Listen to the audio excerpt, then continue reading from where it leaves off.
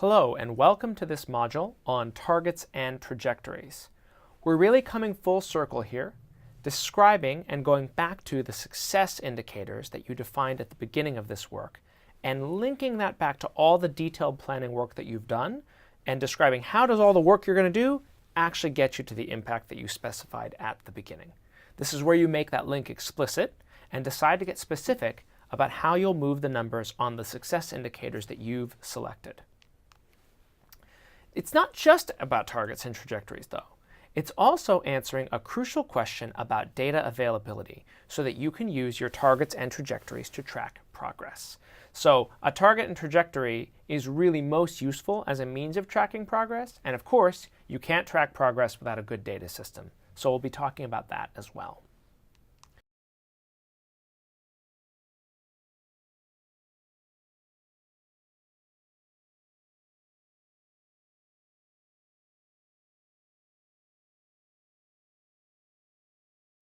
So let's define a little bit of terminology. The aspiration or the vision is really where your minister came in. They said, what's my vision for transformation? What do I care about? What are we going to do? How will we measure it? And then it's now up to us to think about two things. Targets, what's the specific metric, and the desired performance level by a specific time. So we've spoken about SMART targets before. This is literally, what is that SMART target? What's the endpoint? What are we going to achieve? And then secondly, the trajectory. This is the time path of that variable between now and when you hit your target. What will it look like? Will the number go up right away, or will it go up in a few months or a few years?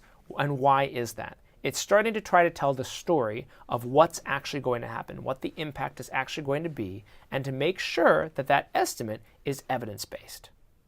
How do you do that? Well, there are 8 critical questions you can use to help you construct a trajectory. Some of them we've already answered. So starting in the upper right, what's the indicator? If we've done the module on success indicators, then we've already figured this out. What is the target? You may or may not have an idea of this. The question is, though, what do you ultimately want to get to and by when? Has the minister already specified it, or do you actually need to figure out what that's going to be? How will you collect the data? We've touched on this before, but we're really going to tackle it explicitly today. What's the historic data run? So this is looking at what's our past performance and what does it tell us about possibilities for future performance. Then you have a set of questions that are really bounded by that next one. How will you estimate the future? Can you break down the data by geographic locality?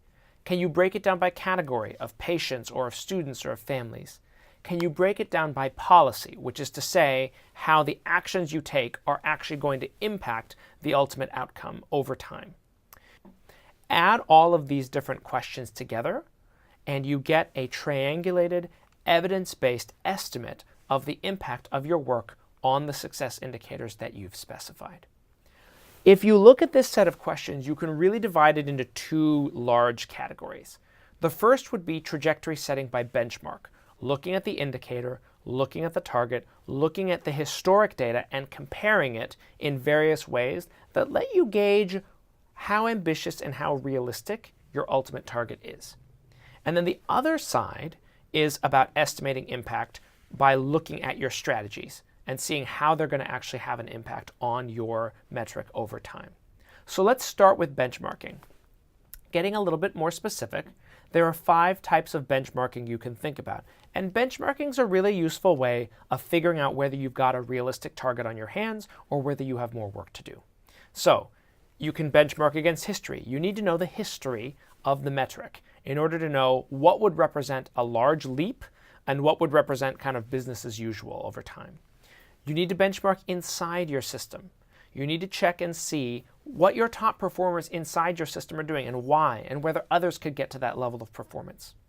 You need to benchmark externally, whether that's against the world or against other similar systems. A little friendly competition never hurt anyone, and this is your way of being able to see how you're doing relative to your peers. And then finally, you can benchmark against organizations with similar processes. That's the type of benchmarking that we use in trying to figure out what your strategy is going to be. It'll be a little less relevant for this part of the exercise. So we're going to focus on those first 4 types of benchmarking for the purposes of this module.